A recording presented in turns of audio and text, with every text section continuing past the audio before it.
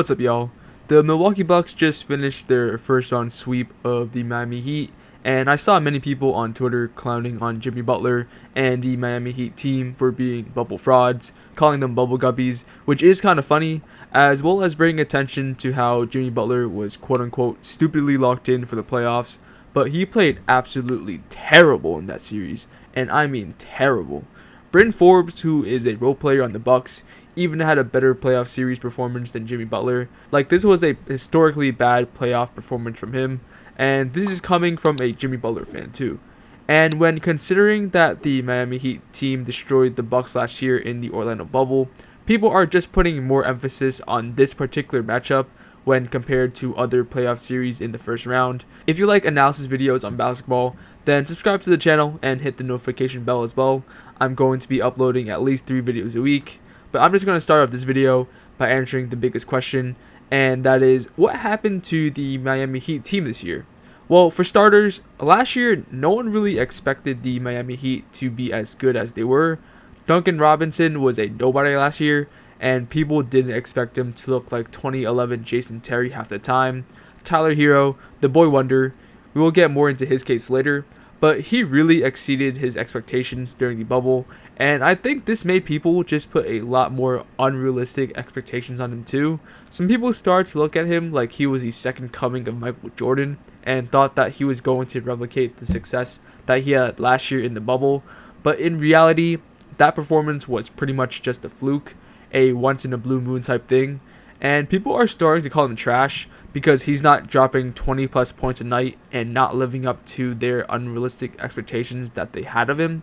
But in all honesty, Hero's regular season performance has pretty much stayed the same when compared to last year to this year.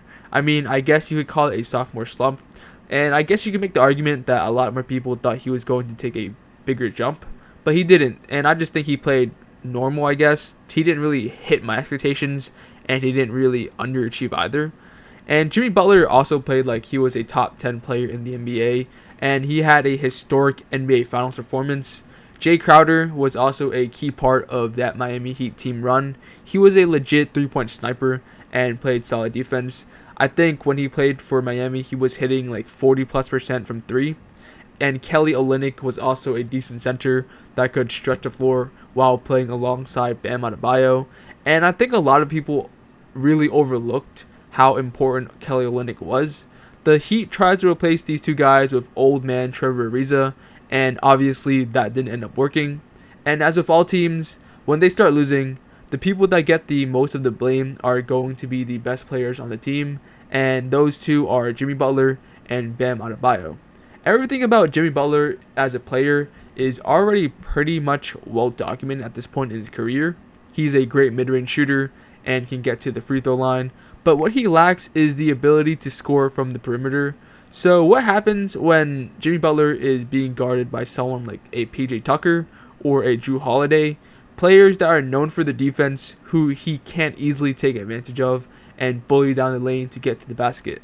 Well, when you take away his inside scoring, you kind of just have a good defender who has very limited offensive options because he has nowhere else to go.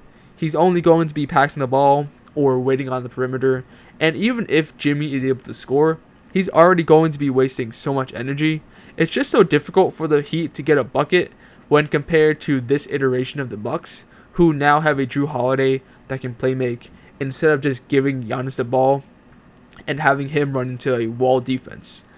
Bam Adebayo also suffered a lot just because he's so limited on offense as well.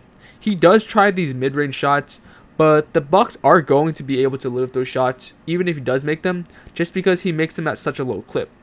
Another reason why Bam has been pretty much neutralized in that series was because of Goran Dragic. Dragic in the bubble was an exceptional point guard. It seemed like he could score from wherever he really wanted to.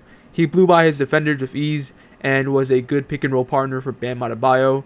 But well, Dragic is a year older now, and he has trouble getting past his defenders.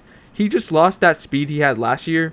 His dribble moves are a bit slower, so he's obviously going to have a harder time being able to get to the rim and open up the defense. So when you take that away, both Bam and Dragic are going to have a hard time finding a rhythm. just because Bam can't catch those easy lobs from Dragic anymore. And Victor Oladipo was supposed to solve some of these problems, but that situation also never really panned out either. And it always seemed like Oladipo was always injured, so I don't know how they're going to deal with him moving forward. And all in all, the Heat was just a super lucky team last year.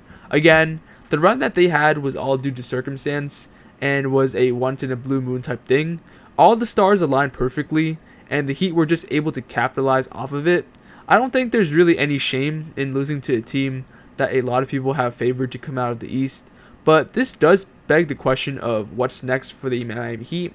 Jimmy Butler is not getting any younger, and his timeline doesn't really fit in with the rest of the Heat's young core in Bam, Hero, as well as Duncan Robinson. So are they going to look to move him anytime soon? Let me know what you guys think in the comments. Do you guys think that the Miami Heat were bubble frauds? Do you think that they regret not trading Tyler Hero for James Harden? And like the video and subscribe to the channel and hit the notification bell if you enjoyed the video. And thank you all for watching. Peace out.